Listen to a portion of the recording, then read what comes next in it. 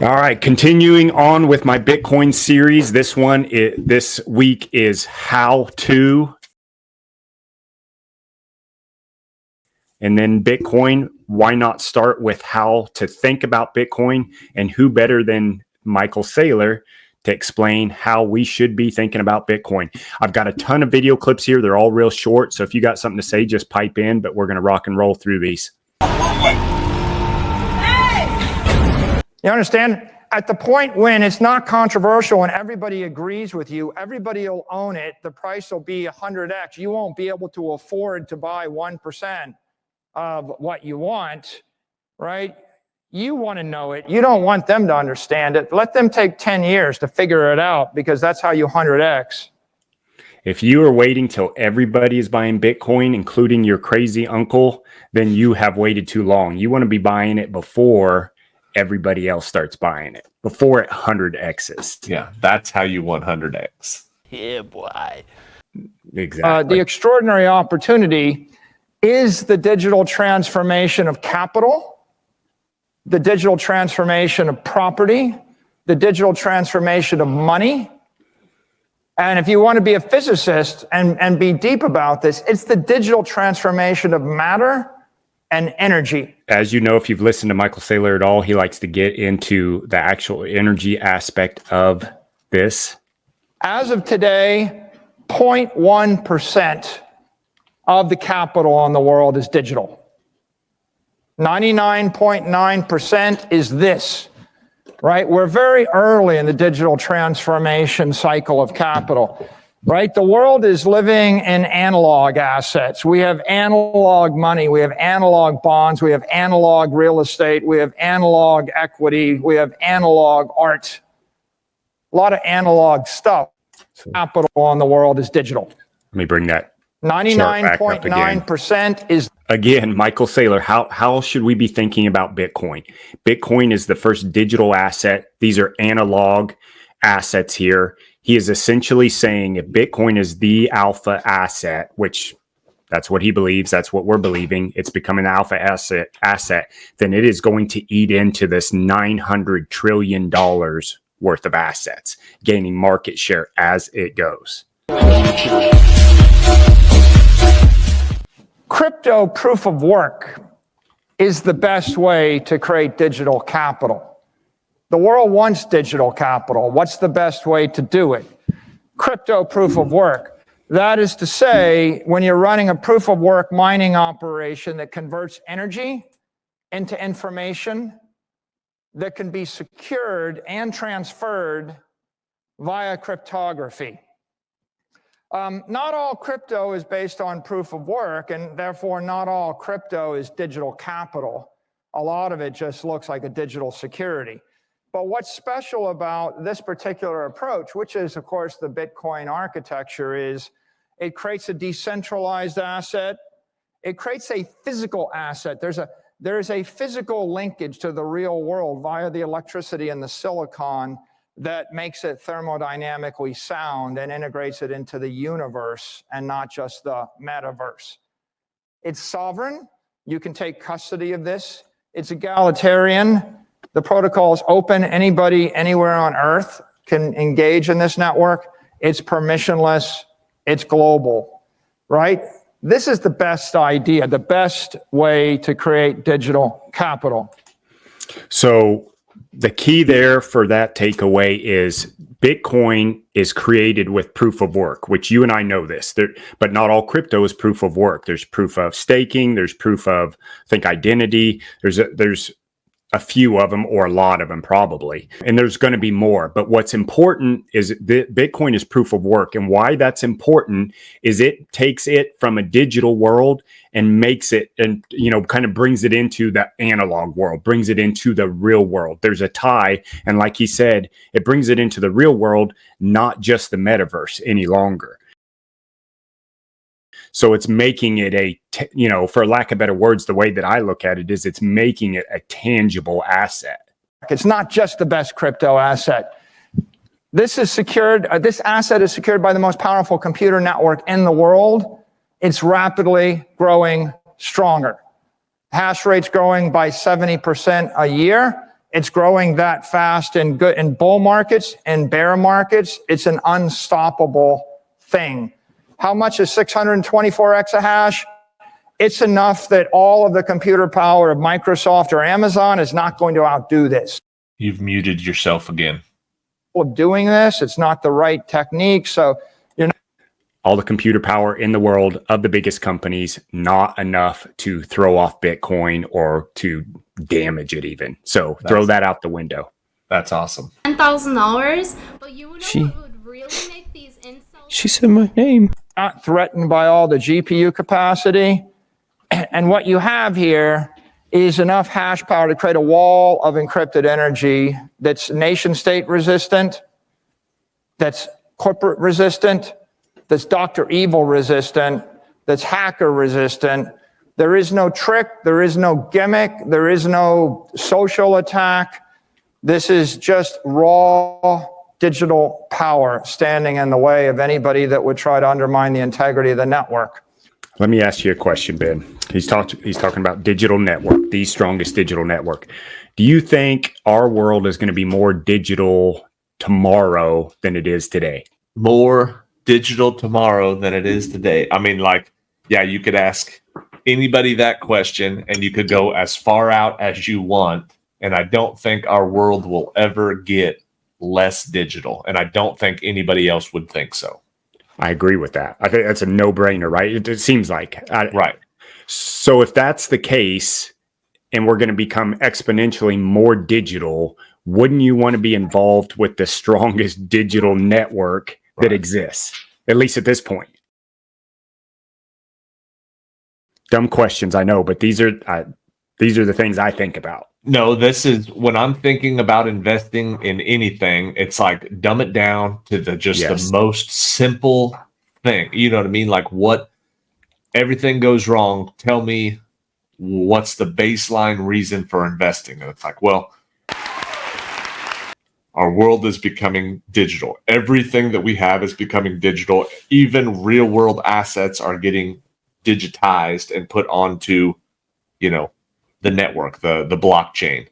Why would you not want a piece right now? Like he talks about with, it's 1% right now, but it's 1% that didn't exist 15 years ago. Yeah. It's taken over 1% of the monetary, the whole system of the 900 trillion. It's taken 1% and it didn't exist 15 years ago. Yeah, boy. Yeah, and like Michael Saylor says, I'm going to get these wordings wrong, but if it's good for 1%, it's good for 100%. If it's good for $100, it's good for 100,000. It's good for $1 million. If it's good for $1 million, it's good for 10 million. We've heard him say that. Participants are gone.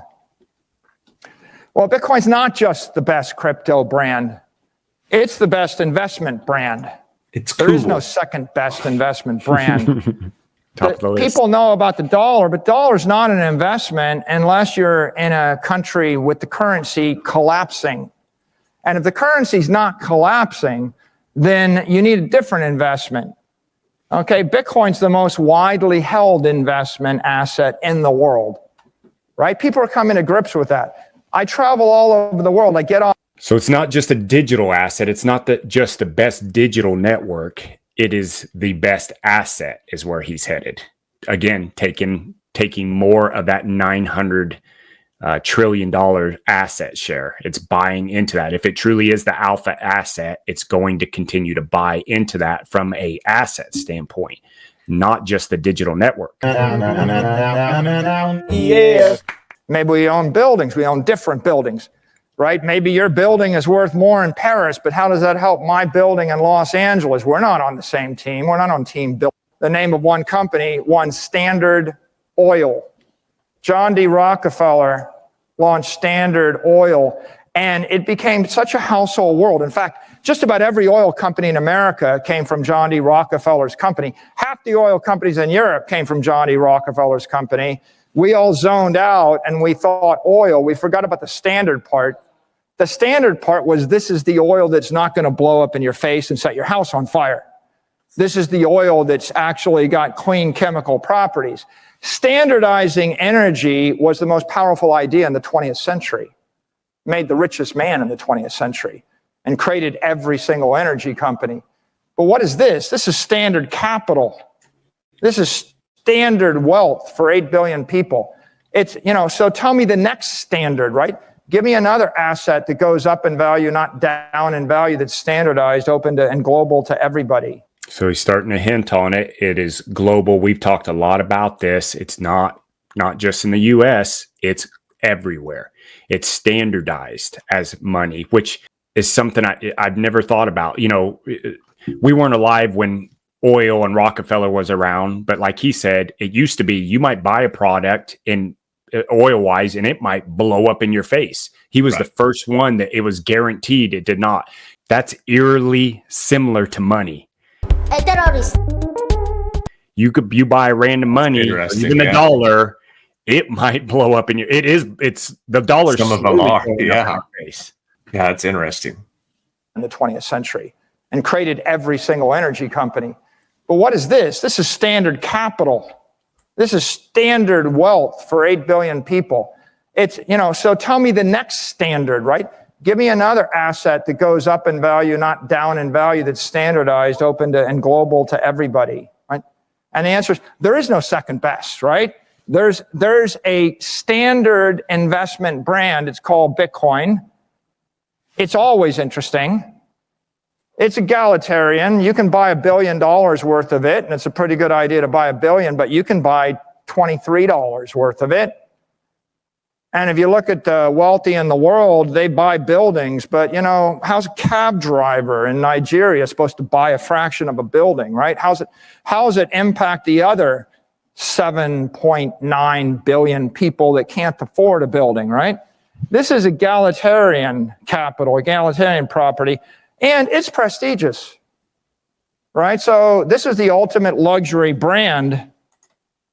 People used to buy the nice watch, so they figure they could sell it if they ever needed to eat or pawn it, right? But you'd much rather have Bitcoin in your watch.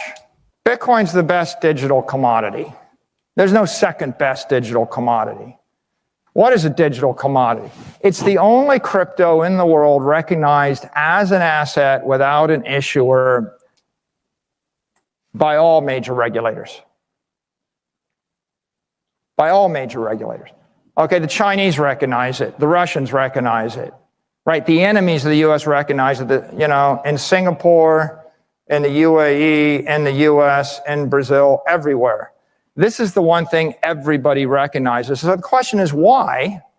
Why? It's not the first. It's not the only. There's 2.5 million copies. Why? It's because of the Immaculate Conception.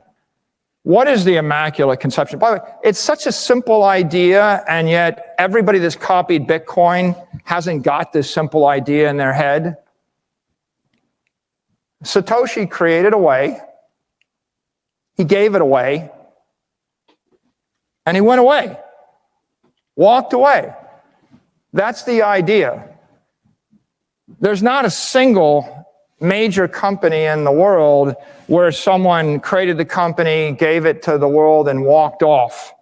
And in fact, if you look at every other crypto asset, there is no Satoshi, right? In fact, the way you know that they're not commodities is they're all arguing that they're commodities.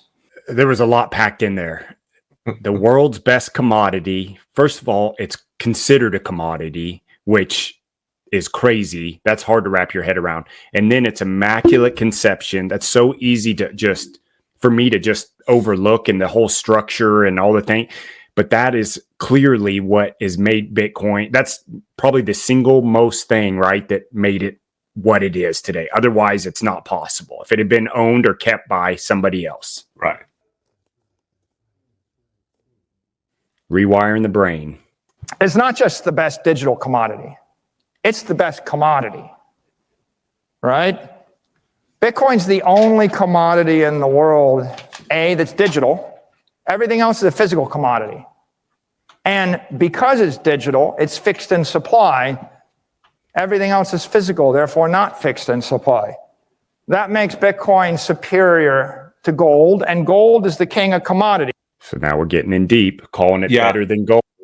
Because he does some talks sometimes where he's talking about how gold, is basically fixed because you can only pull this much out per year and blah, blah, blah, blah, blah. And then he said, but there's asteroids floating around that have more gold on their surface than the entire world presumably has beneath their surface. And so if that happened to, hit the earth, immutable, and if it happened to hit the earth where we could get to it, then gold on earth would be worth, considerably Infinitely less more, because yeah. they just doubled the supply right there, so even the stuff that you're like, yeah, but it's not that,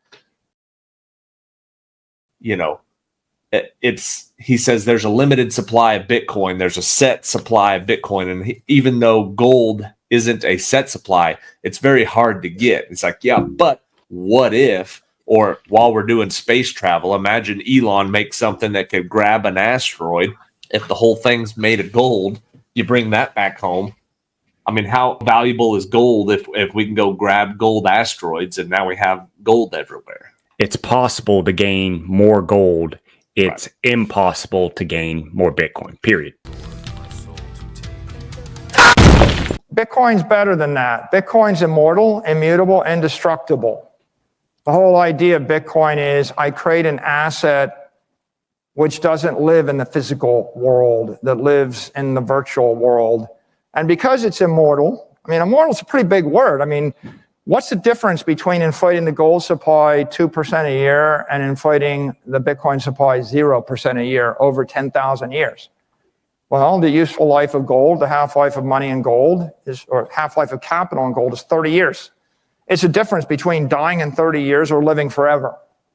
That's when people tell you 2% inflation doesn't matter, well, 0% inflation is live forever, immortal, and 2% inflation is die or half die in 30 years, die. Isn't that crazy? I hadn't thought about that. 0% lives forever. 2%, which barely more than zero, doesn't sound like much. 30-year half-life. Right. And that's, again, he talks about preserving your family's wealth and being able to set your family up for generations. And he's like, that's why you can't do it with money, because just the cost to keep money gets more expensive every year. So unless you're actively doing something to beat inflation and everything else, you have to be earning better than that forever.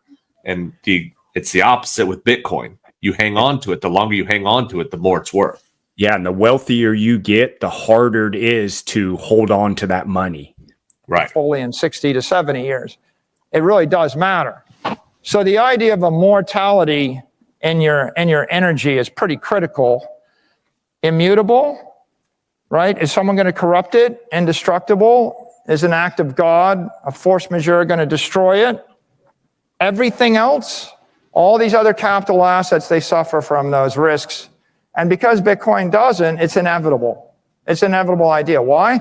Man, it's hard. It's hard to wrap your brain around these things. But once it starts opening up to a little bit of this, and it's like we've talked about before, when money is worth something and it grows, you want to save it and it gives you hope and you start living differently. When it's not worth anything, you live more dangerously. You're not concerned about the future because you got to spend it while you can type of deal. Right. This is the best way. There's no second best way. It's not just the path to peace, it's the path to prosperity, right? This is a global monetary network giving equal property rights to all economic classes in every nation. What's the second best way to do this? There's no second best way. Where are we now? Bitcoin's on a path of evolution from the idealist to the institutions. And yet we end with the chart. You can see, according to this chart, 2024 is the beginning of institutions, corporations, and major investors getting involved, which is where a lot of these big figures start to play in. But we're just getting started. Whenever I watch a Michael Saylor video, the thing I'm always left with is there is no second best. He says it almost every time. I'm a big altcoin guy. There's a ton of projects in crypto that I love, that I invest in, that I want to blow up. And I always think about Michael Saylor going, well, there is no second best. There is only Bitcoin. And it pumps me up. I think I'm still invested in that other stuff, but there's only one. You know what I mean? That, like you said, told me the other day, The goal is to make money with that other stuff to buy more Bitcoin. That's such a great way to do it. There is no second best. Get Bitcoin now.